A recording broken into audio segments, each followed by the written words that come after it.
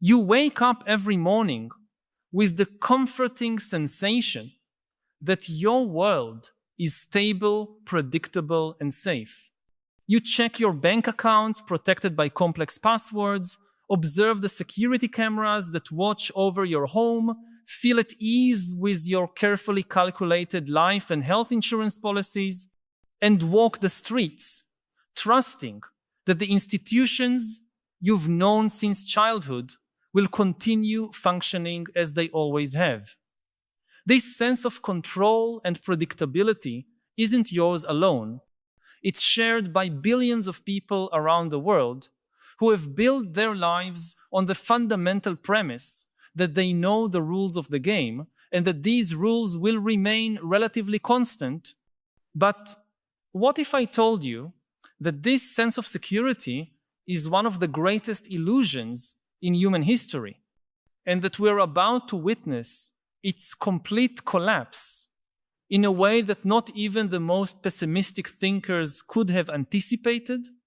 What if the very structure upon which we've built our perception of stability is about to be so drastically reformulated that the categories we use to understand reality, risk, and protection will become completely obsolete?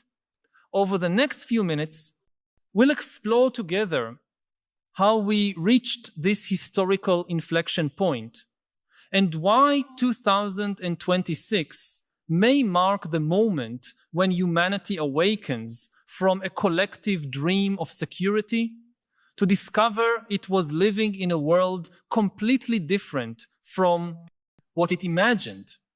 To understand the magnitude of the approaching transformation, we must first recognize that our current perception of security is a historically very recent and extraordinarily fragile phenomenon. For most of human existence, our ancestors lived in a state of constant uncertainty where survival depended on adaptive skills developed over millions of years of evolution.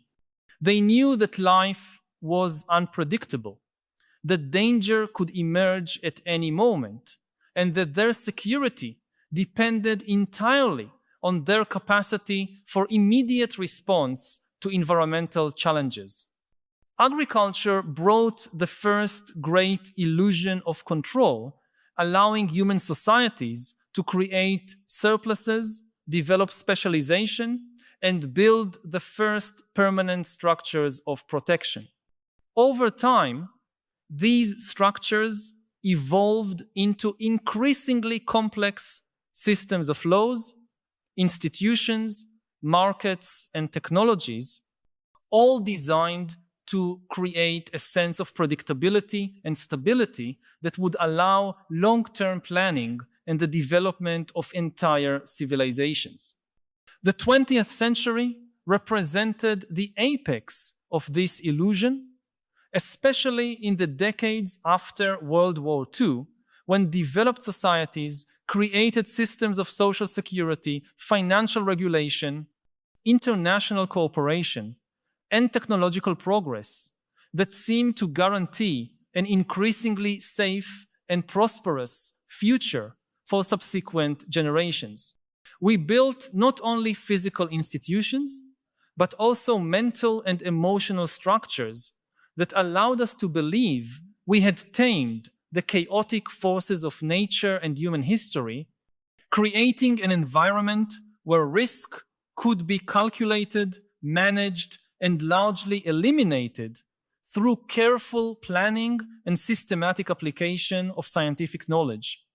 What we didn't realize, while celebrating our achievements in creating increasingly sophisticated security systems, is that we were simultaneously building the seeds of our own vulnerability.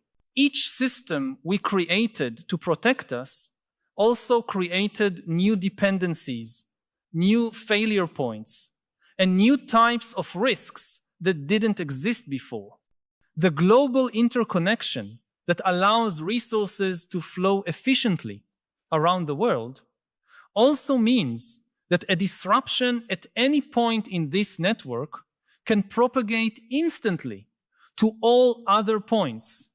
The digitization that made our lives more convenient also centralized critical information in systems that can be manipulated, hacked, or simply fail in ways our ancestors could never have imagined.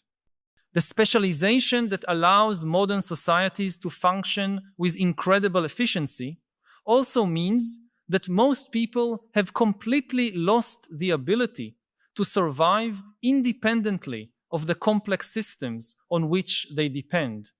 More fundamentally, we created a culture of responsibility and delegation, where individuals transfer responsibility for their security and well-being to specialized institutions, gradually losing not only the practical skills necessary for self-preservation, but also the psychological capacity to imagine and prepare for scenarios where these institutions could fail or behave in unexpected ways. This responsibility delegation created a form of collective infantilization where entire societies became dependent on parental systems that promised to take care of all their needs without them needing to understand how these systems actually work or what would happen if they stopped functioning. The technological revolution we've experienced in the last 2 decades has dramatically accelerated both our illusory sense of security and our real vulnerability in ways we're just beginning to understand. The internet and mobile devices created the impression that we have instant access to all the information we need and that we can immediately connect with any person or resource necessary in case of emergency. Apps on our phones tell us exactly where we are, how to get where we want to go, what the weather forecast is, what the health risks are in our region, and even monitor our vital signs and activity patterns to alert us to potential problems before we become aware of them.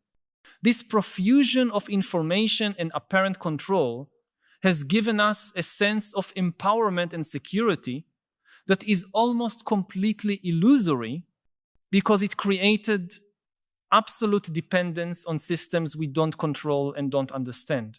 When your phone tells you there's no traffic on your usual route, you don't question how this information is collected, processed, and transmitted, nor do you consider what would happen if this system were compromised or simply failed.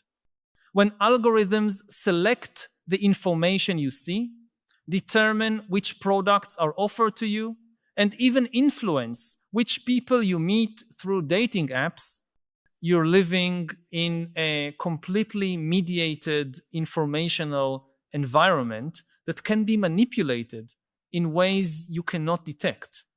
The apparent convenience and efficiency of these systems mask the fact that they represent a form of dependency deeper and more dangerous than anything humanity has ever experienced before. What makes the situation particularly dangerous is that the systems we depend on for our security have become so complex that no one really understands them completely. Global financial markets operate through high-frequency algorithms that execute millions of transactions per second based on logics that not even their creators can fully predict or control. The distribution networks that bring food to our tables depend on logistical chains that extend across multiple continents and involve thousands of interdependent variables that can be disrupted by apparently minor events in locations we can't even locate on a map. The energy systems that power our civilization depend on infrastructure so complex and interconnected that specialized engineers admit they cannot completely predict how the system will react to significant disruptions. More worryingly, the political and social institutions that should protect us against these systemic risks are themselves operating with mental models and conceptual tools that were developed for a much simpler and more predictable world. Political leaders who make critical decisions about our collective security often don't understand the technologies they regulate, don't comprehend the interdependencies of the systems they supervise, and don't possess the intellectual tools necessary to adequately assess the emerging risks we face. This is an unprecedented situation in human history. A species that created systems so complex they exceed its own capacity for understanding and control, but continues to depend on these systems for basic survival. Artificial intelligence represents the culmination and acceleration of all these trends, creating an inflection point where our illusion of security can collapse, not gradually, but suddenly and irreversibly. The AI systems already being integrated into critical infrastructures are not just more powerful tools, they represent a fundamental transfer of decision-making power from humans to algorithms that operate according to logics we cannot completely understand or predict. When AI systems begin making decisions about credit, employment, healthcare, law enforcement, and even foreign policy, we're creating a reality where fundamental aspects of our lives are determined by processes that are in principle opaque to us. More importantly, these systems are being developed and controlled by a very small number of organizations and individuals who are not subject to the same accountability and democratic control mechanisms that regulate other forms of social power. The concentration of computational power and data in the hands of a few large technology corporations has created a situation where decisions made by a few dozen people in Silicon Valley offices can have deeper impacts on the daily lives of billions of people than decisions made by democratically elected governments. This concentration of power is not just a matter of economic policy. It's a fundamental restructuring of the architecture of human power that's happening without any significant public debate or adequate oversight and control mechanisms. The year 2026 emerges as a critical inflection point because it's when multiple technological, economic, and social trends will converge in ways that make it impossible to continue ignoring these fundamental contradictions. The AI systems being developed now will reach a level of sophistication where they'll begin to surpass humans in increasingly broad areas of decision-making, creating irresistible pressures to automate increasingly critical aspects of our social infrastructures. Geopolitical tensions resulting from competition for limited resources and technological disruption will reach points where traditional mechanisms of international cooperation may no longer be sufficient to maintain stability. Climate change will produce extreme events with frequency and intensity that exceed the response capacity of institutions designed to deal with much smaller and more predictable variations. More importantly, it's when the generation that grew up completely immersed in digital environments will reach positions of leadership and power, bringing not only familiarity with digital technologies, but also completely different expectations about privacy, autonomy, authority, and the appropriate relationships between individuals and systems.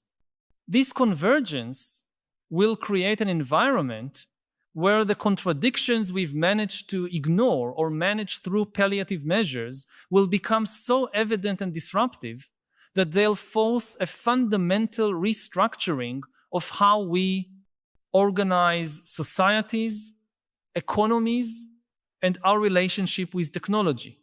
I need to stop for a moment and ask you directly, which aspect of this future we're discussing most arouses your fear or apprehension?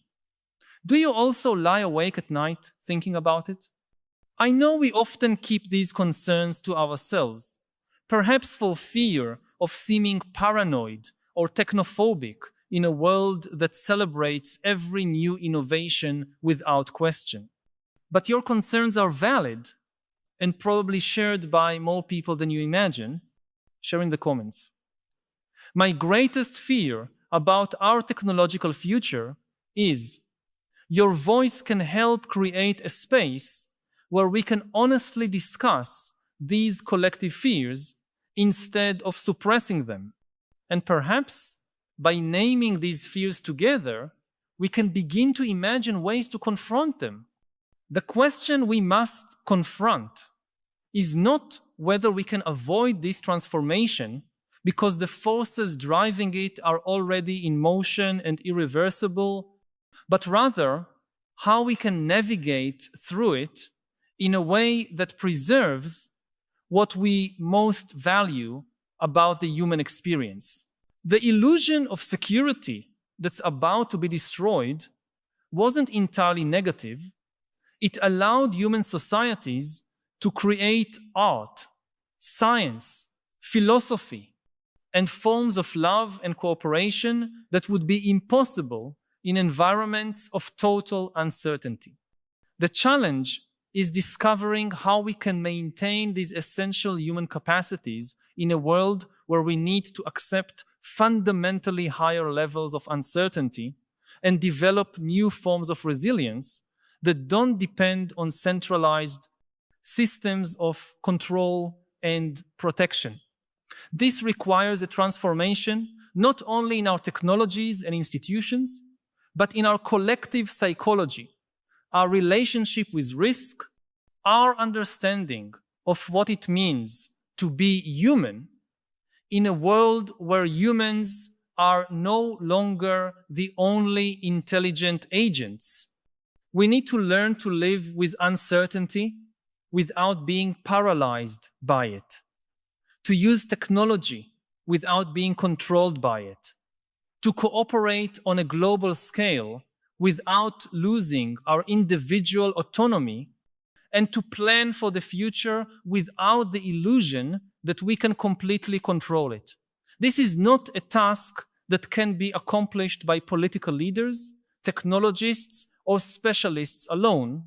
It requires a transformation in collective consciousness that can only emerge through honest and deep conversations between ordinary people who are willing to confront uncomfortable realities and imagine possibilities that go beyond the familiar structures of the world we know. The first step in this transformation is recognizing that our current sense of security is to a large extent an illusion, and that accepting this reality is not cause for despair, but an opportunity to discover more authentic and sustainable forms of human well-being.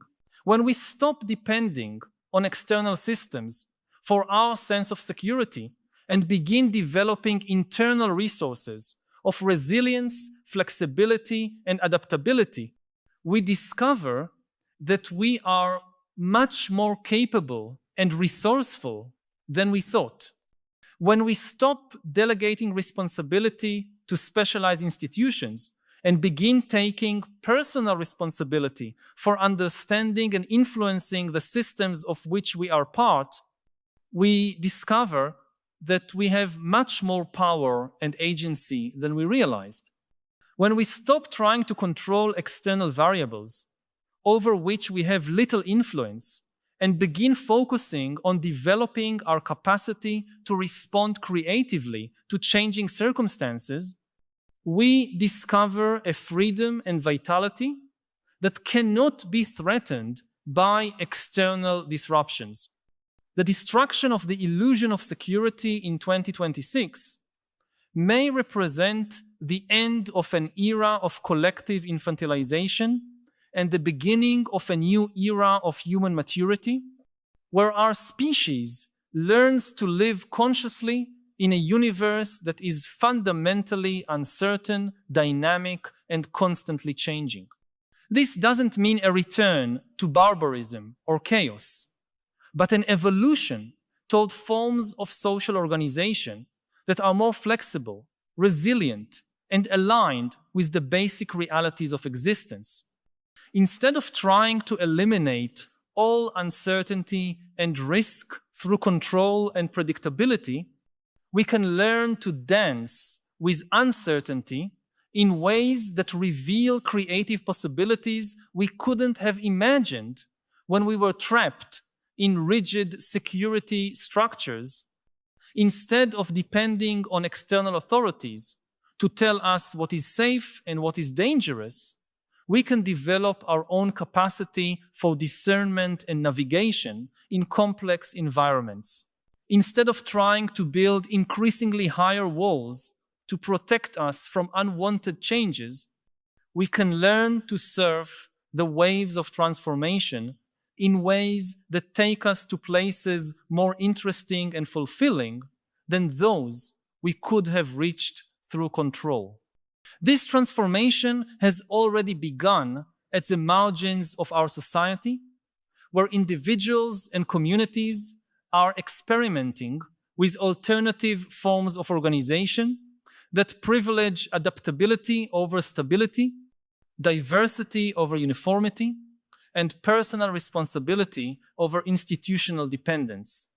People are learning to cultivate food, generate energy, educate children, care for health, and resolve conflicts through methods that are more local, participatory, and resilient than the centralized systems most of us still depend on. Artists, philosophers, scientists, and technologists are exploring creative possibilities that emerge when we stop trying to replicate the past and begin imagining genuinely new futures. Organizations are experimenting with decentralized structures that distribute power and responsibility in ways that make systems more robust and less vulnerable to catastrophic failures. These experiments are still minority and marginal, but represent seeds of possibilities that can become dominant when centralized systems can no longer maintain the illusion of security that justified their hegemony. What's at stake is not just our physical survival, but our evolution as a conscious species that can learn to live in harmony with forces greater than ourselves without losing our dignity, creativity, and capacity for love.